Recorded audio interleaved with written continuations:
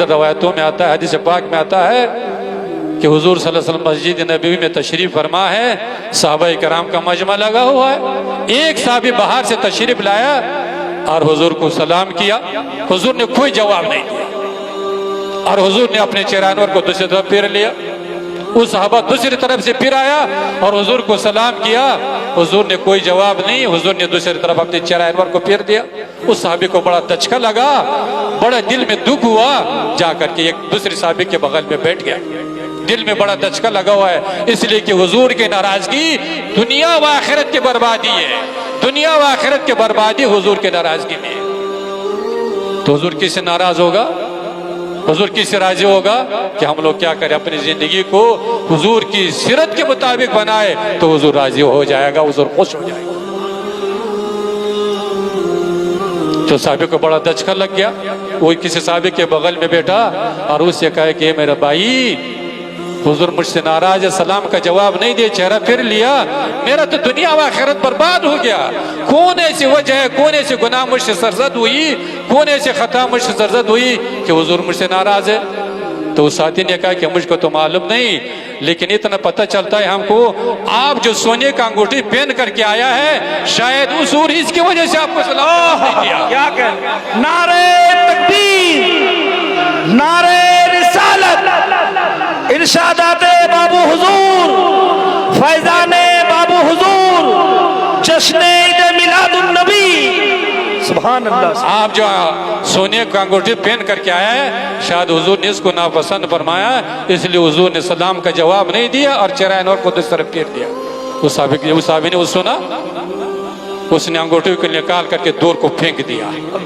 جب حضور صلی اللہ علیہ وسلم کی نظر پڑی، حضور نے سلام کا بھی جواب دیا اور مسکرانے لگے۔ سبحان اللہ، سبحان اللہ، سبحان اللہ۔ تو معلوم ہوا صحابہ کرام حضور کو ذرا بھی اشارہ میں تھے کہ حضور سے ناراض ہوتے ہیں تو کیا کرتے؟ اس سے پرہیز کرتے، اس سے دور رہتے۔ تو مجلس ختم ہو گئی، حضور صلی اللہ علیہ وسلم تشریف لے گئے، وہ انگوٹھی سونے کا انگوٹھی اس زمانے میں، تو اس ساتھی نے کہا کہ حضور انگوٹھی تو اپنے حضور خوش ہو گئے، اب ایسے کریں انگوٹھی کو اٹھا لیجیے، اپنے گھر میں کسی خاتون کیجیے، وہی استعمال کریں گے۔ اس صحابی نے کہا کہ جس انگوٹھی پر اللہ کے رسول نے ناراضگی کی اظہار کی ہو، میں وہ انگوٹھی کو کبھی ہاتھ بھی نہیں لگا۔ سبحان اللہ، سبحان اللہ، سبحان اللہ، یا رسول اللہ، زندہ باد، زندہ باد، زندہ باد، زندہ باد، زندہ باد، اللہ اکبر، سبحان اللہ۔ اس لیے مسلمانوں، ہم لوگوں کو اپنی زندگی کا جائزہ لینا پڑے گا۔ آج بھی اگر ہم لوگ اسی آیت مبارکہ پر عمل کریں گے، اسی کو زندگی کے حصہ بنائیں اور اپنا اصلاح کرے، تو جتنی دنیا کی پریشانیاں، جتنا ظالم و جابر مسلط ہو چکے ہیں، انشاءاللہ والعزیز اللہ سب کو نیست و نابود کرے گا۔ لیکن شرط یہ ہے کہ سب سے پہلے ہم لوگ اپنا اصلاح کریں، تب اپنی زندگی کو شریعت کے مطابق بنائیں، تب اپنی زندگی کو حضور کی سیرت کے مطابق بنائیں گے تب۔ اس لیے حضور نے ارشاد فرمایا، کلکم یدخلون الجنہ، کہ تم لوگوں میں سے ہر ایک انسان جنت میں داخل ہوگا، الا من ابا، مگر وہی مسلمان، وہی مومن، وہی نافرمان جس نے انکار کیا، وہ جنت میں داخل نہیں ہو سکتا۔